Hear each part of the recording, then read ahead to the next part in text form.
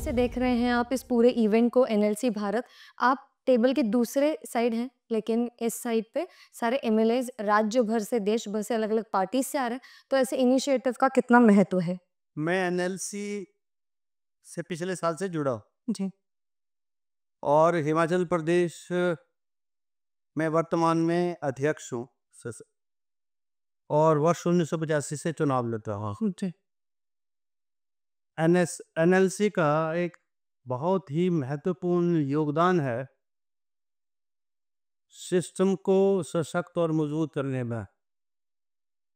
हमारा यहाँ का सिस्टम जो है parliamentary democratic form of the government है, जी। यानी people, the government of the people, by the people, for the people. और जो चुने हुए जो प्रतिनिधि हैं उनकी भूमिका बहुत अहम है। और जब तक चुने हुए प्रतिनिधि अपनी भूमिका की सार्थक अदायगी नहीं करेंगे, तब तक हमारा जो लोकतंत्र, प्रजातंत्र है वो सशक्त और मजबूत नहीं होगा। यानी हमारा जो parliamentary form of democratic system है वो मजबूत और सशक्त नहीं होगा। उस दृष्टि से एनएलसी का एक बहुत बड़ा योगदान है, क्योंकि एनएलसी के माध्यम से सभी विचारधाराओं के लोग इकट्ठे होकर एक फोरम के माध्यम से चर्चा करते, विचार विमर्श करते हैं और उस विचार विमर्श के माध्यम से रास्ता खोजते हैं कि हमारा इंडियन पार्लियामेंट्री डेमोक्रेटिक सिस्टम कैसे सशक्त हो, मजबूत हो। यद्यपि हम सभी विचारधाराओं में बटे हुए सभी राजनीति के लोग हैं, लेकिन हमको देश को अगर आगे बढ़ाना है, समाज को आगे सशक्त करना है, एक अच्छा गवर्नेंस हमको देश को देना है, तब हमको जो है राजनीति और राजनीतिक विचारधाराओं से ऊपर उठकर देश हित में एक बहुत विस्तृत कार्यक्रम बनाने की आवश्यकता है, जिसके माध्यम से देश आगे बढ़े। सर, आपने बहुत ही महत्वपूर्ण बात की सशक्तिकरण की और अलग-अलग जो राजनीतिक विचारधारा है उससे ऊपर उठने की। तो आपके यहाँ भी आपके राज्य में असेंबली में ऐसा होता होगा कि जो रूलिंग पार्टी है या जो अपोज़िशन है, कभी-कभी हीटेड डिबेट्स हो जाते हैं या हाउस को एडजर्न करना पड़ता है, तो उस टाइम पे आप कैसे सँभालते हैं और कैसे इसका ध्यान रखते हैं कि दोनों ही पक्ष-विपक्ष को इक्वल अपॉर्च्युनिटी मिले, संधि मिले? मैंने जैसे कहा, मैं एज ए विधायक जो है काफ़ी लंबे अरसे तक मैंने काम किया। विधायक की क्या मानसिक परिस्थिति होती है, मैं उससे जो है पूरी तरह से वाकिफ़ हूँ। और जब से अध्यक्ष बना हूँ, तब से जो समय है विधानसभा का उसको मैंने बाँटा है। जो विपक्ष है वो लोकतंत्र, प्रजातंत्र का एक अहम हिस्सा है और विपक्ष अगर अपने विचारों को नहीं रखेगा और विपक्ष को पक्ष अपने साथ नहीं रखेगा, यानी विपक्ष को सुनने की उसकी ताकत नहीं होगी, तो ना विधानसभा सशक्त होगी, मजबूत होगी, न देश न समाज आगे बढ़ेगा। इसलिए जो विरोधी है उसको सुनना जरूरी है, विरोध को झेलना जरूरी है।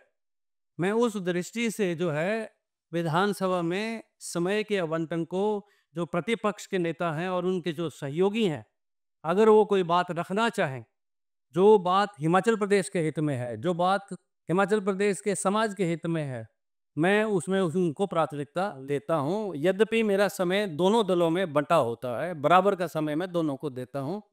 और कोई भी कभी भी कोई ऐसा विषय आए जिस विषय पर मुझे लगता है कि इसके ऊपर जो है प्रोटेस्ट हो सकता है और इसमें जो है मेंबर्स के अंदर कोई एजिटेशन आ सकता है, तो मैं उन परिस्थिति को पहले से ही निपटाने का प्रयास करता हूँ। और बहुत कम जो है मेरे विधानसभा में जो प्रोटेस्ट हैं वो होते हैं, और जब हो भी जाएं राजनीतिक कारणों से, तब भी मैं सदन को चला के रखता हूँ, ताकि सदन का जो समय है वो कहीं किसी प्रकार से कोई भी उसमें उसको अवरोध ना कर सके। तो हम समय पूरा देते हैं, जिसने अपनी बात रखनी है वो रखे, थोड़ी देर के बाद जिन्होंने बाइकआउट किया होता है वो दोबारा से आ जाते हैं और अपने विषय को फिर दोबारा से रखना शुरू कर देते हैं। तो I generally I do not adjourn the assembly unless any extreme circumstance comes in a way. Very rarely in the last 2 years it has not come. Sir, जैसे आपने कहा कि प्रोटेस्ट करना, अपनी बात रखना, ये उनका अधिकार होता है, एक राज्य की बात है। वैसे ही यहाँ पे एनएलसी भारत में अलग-अलग राज्य से विधायक आ रहे हैं, अलग-अलग विचारों के, फिर भी विचारों का आदान-प्रदान अलग-अलग विषयों पे, जैसे 6 सीज़ ये यहाँ का थीम है।